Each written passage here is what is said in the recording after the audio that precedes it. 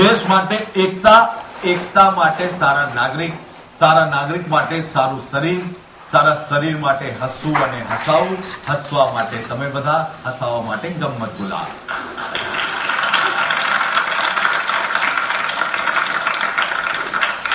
આખી દુનિયા ફર્યો, 22 વખત ઇંગ્લેન્ડ, 18 વખત અમેરિકા ગયો. આ વખતે પણ અમેરિકા જવાનું હતું, ના ગયો. મને કે કેમ? મેં કીધું અહીં ઓબામા આવે છે. મને એક ભાઈ કે અમેરિકામાં ઓબામા, મેં કીધું અહીંયા અંબામા. નમન કરું છું. કાકા કાકી બેઠા છે, નમન કરું. આટલું જ નમીશ, કારણ કે આગળ વાર છે, પાછળ ટાલ છે. લોકો છુપાવે છે ટાલ અત્યારે બધા, અને ટેન્શનમાં છે આખી દુનિયા સાહેબ. મને કે ટાલ કેમ થાય છે? મેં કીધું તમે કહો ટાલ કેમ થાય છે. અમારે તો બાપાને હતી અને અમને આવી જાય, એટલે વારસામાં છે. બાપા શું મૂકી ગયા? મેં કીધું ટાલ મૂકી ગયા. મને એક ભાઈ કે શેમ્પુ ખરાબ આવે છે એટલે ટાલ થાય છે. એક ભાઈ કે ના તેલ ખરાબ છે એટલે ટાલ. એક ભાઈ કે ના પાણી ખરાબ છે એટલે ટાલ. મેં કીધું ખોટી વાત. माँ नाम आवे मोड़ू खुली जाए. जब जब कागज पे लिखा मैंने माँ का नाम, कलम अदब से कह उठी हो गए चारों धाम. माँ જયારે માથામાં હાથ ફરાવે છે ને તો વાળ ઉગે છે. પત્ની હાથ ફરાવે ને તો વાળ ખરે છે.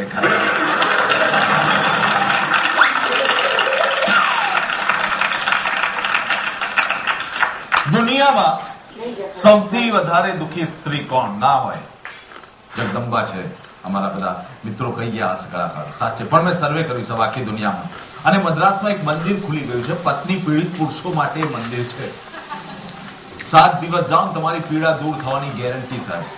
8 કિલોમીટર સુધી લાઈન લાગી ગઈ છે, પણ સૌથી વધારે દુઃખી સ્ત્રી સર્વે કર્યું આખી દુનિયામાં, ના મળી. પણ અમદાવાદમાં એક જગ્યા ગયો, એક બેન રડતા હતા. મેં કીધું બેન રડો છો કેમ? રડવું નહીં તો શું કરવું?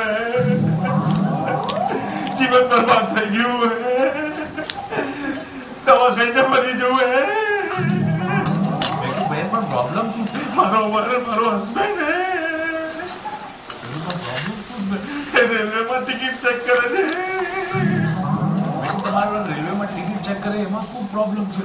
25 દિવસ રેલવેમાં રહે છે, 5 દિવસ ઘેર આવે છે, હેરાન થઈ જાઉં છું. મેં કીધું તમારા 25 દિવસ રેલવેમાં ટિકિટ ચેક કરે, 5 દિવસ ઘેર આવો તો 5 દિવસમાં હેરાન થઈ જાઉં.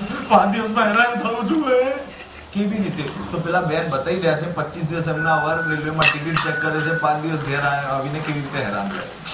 25 દિવસ રેલવેમાં ટિકિટ ચેક કરે છે, 5 દિવસ ઘેર આવવાના હોય છે, તો એમની રાહ જોઈને ઉભી રહું છું. આમ આવતાની સાથે જ કે બેન અંદર જવાની જગ્યા કરો, અંદર જવાની જગ્યા કરો, અંદર જવાની જગ્યા કરો, અંદર જવાની જગ્યા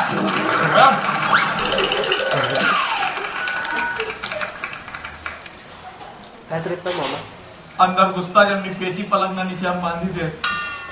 ભાઈ ઘરનું ફર્નિચર બગાડી નાખ્યું છે. 15 number, 16 number, 17 number, 7 number, 8 number, 9 number. 15 બેન તમે 16 માં છોકરાઓ 7 ટીટી માટે ખાલી કરો.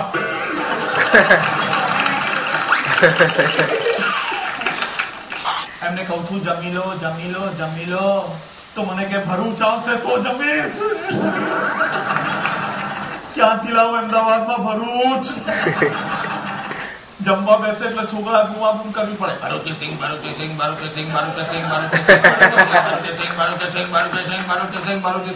તો જમવા બેસે, સવારે ચા આપું તો કપ રકાબી બારીમાંથી બહાર નાખી દે. 5 લાખનું મકાન છે, 25 લાખનું બાથરૂમ બનાવે. 5 લાખનું મકાન, 25 લાખનું બાથરૂમ. 25 દિવસ રેલવેમાં રહે છે. ઇલેક્ટ્રોનિક બાથરૂમ છે, સ્વિચ ઓન કરો એટલે ચાલુ થાય.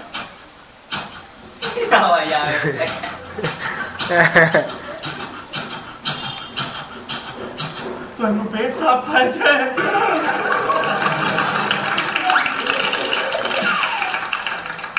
સવારે કઈ બોલું બેગ લઈને નીકળી જાય. બેન મારું સ્ટેશન આવી ગયું, જઉં છું. નીકળી જાય. જીવનમાં એક બીજી વસ્તુ છે. અત્યારે ચાઇનાની વસ્તુ આખી દુનિયામાં ચાલી રહી છે. અહીંના ને તઈના. ક્યાંના? ચાઇનાના. ચાઇનીઝ ઇલેક્ટ્રોનિક આઈટમ આપણે લઈએ છીએ, થોડા દિવસ ચાલે, દેખાવામાં સારી હોય પણ ટકાઉ ના. ચાઇનાની છોકરાઓને પણ ગમે ચાઇનીઝ જમવાનું નૂડલ્સ બધા નૂડલ્સ ખાય છે, હક્કા નૂડલ ખાય, બધા ચાઇનીઝ આઈટમ. તમે ક્યાં કોઈકના લગ્નમાં ગયા તો ચાઇનીઝ હોય સર, પણ એક વસ્તુ આપણે ચાઇનાની એક્સેપ્ટ નથી કરી. Chinese name. આપણે કોઈ ચાઇનીઝ ને પૂછે તારું નામ શું છે,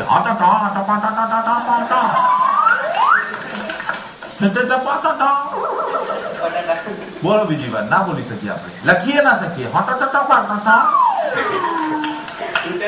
ના લખી શકીએ. મેં ચાઇનીઝ ને કીધું, મેં કીધું તમારા નામ કોણ રાખે છે? મને કે અમારા નામ અમારા ગુરુજી રાખે છે. મેં કીધું ગુરુજી આવા નામ રાખે? મને અમારા ત્યાં છોકરાનો જન્મ થાય ને તો મા બાપ ગુરુજી પાસે લઈ જાય. ગુરુજી મા બાપને કોઈ વાસણ આપે, મા બાપ એ વાસણને પાછળ નાખે, એમાંથી જે અવાજ નીકળે અમારા નામ હોય છે. પહેલા ચાઇનીઝ કીધું તારું નામ શું છે? મેં તો આ કેવું નામ? મને કે મારા મમ્મી પપ્પાને ચમચી આપી હતી. બીજા ચાઇનીઝે કીધું તારું નામ? આ કેવું નામ? કે વાટકી આપી હતી. ત્રીજા ચાઇનીઝે કીધું તારું નામ? મેં તો આ કે ઝાંઝર આપી હતી. ચોથા ચાઇનીઝે કીધું તો એ ગુસ્સે થઈ ગયું. સાંભળો મારું નામ ચાઇનીઝ કે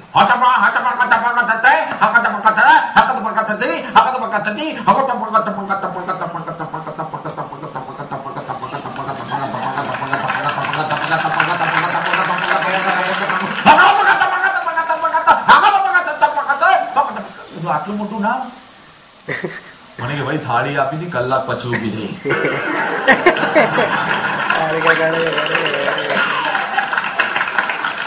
માણસ એકલો છે સાહેબ, માણસ એકલો છે. 81 વર્ષના કાકા, વાહ, ઘરે છોકરા, દીકરા, વહુ, દીકરાના દીકરા પણ એકલા. 80 વર્ષની ઉંમર કાકા. એમને જીવન સાથીની જરૂર હતી. બધાને સુખ દુઃખની વાતો કરવા વાળું કોઈ માણસ જોઈએ, એકલા. અને એમને જોઈતું હતું એક જીવન સાથી. 80 વર્ષની ઉંમરમાં અત્યારે ટીવીમાં પણ આવી ગયું, એક સ્વયંવર રચાયું હતું. એ કાકાને એમની ઘરની એક્ઝેક્ટ સામે સાહેબ એવા જ એક કાકી રહેતા હતા, 75 વર્ષના. એમને ઘરે બધા હતા પણ એકલા હતા. સુખ દુઃખની વાતો ક્યાં કરીએ? મંદિરમાં મળીએ તો બસ આપણે પણ કોઈ સાથી જોઈએ જીવન જીવવા માટે સાહેબ. 20-25 કાકા પણ લાગી ગયા કામે. બારી સામે સામે, એમની અગાસી એક, આ બાજુથી આમની. કાકા રોજ કે એમને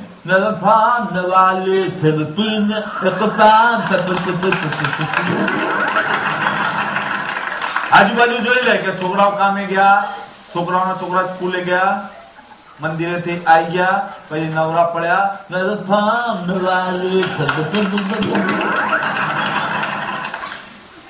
એક દિવસ બારી ખુલી ગઈ. એમની ઈચ્છા હતી જીવન સાથી શોધવાની સાહેબ. થઈ ગયું સાહેબ.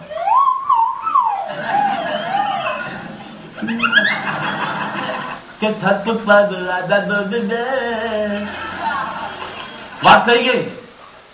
ગીતોમાં કેવી મજા, કોઈ પણ વાત કરીશું એમને જવાબ આપે.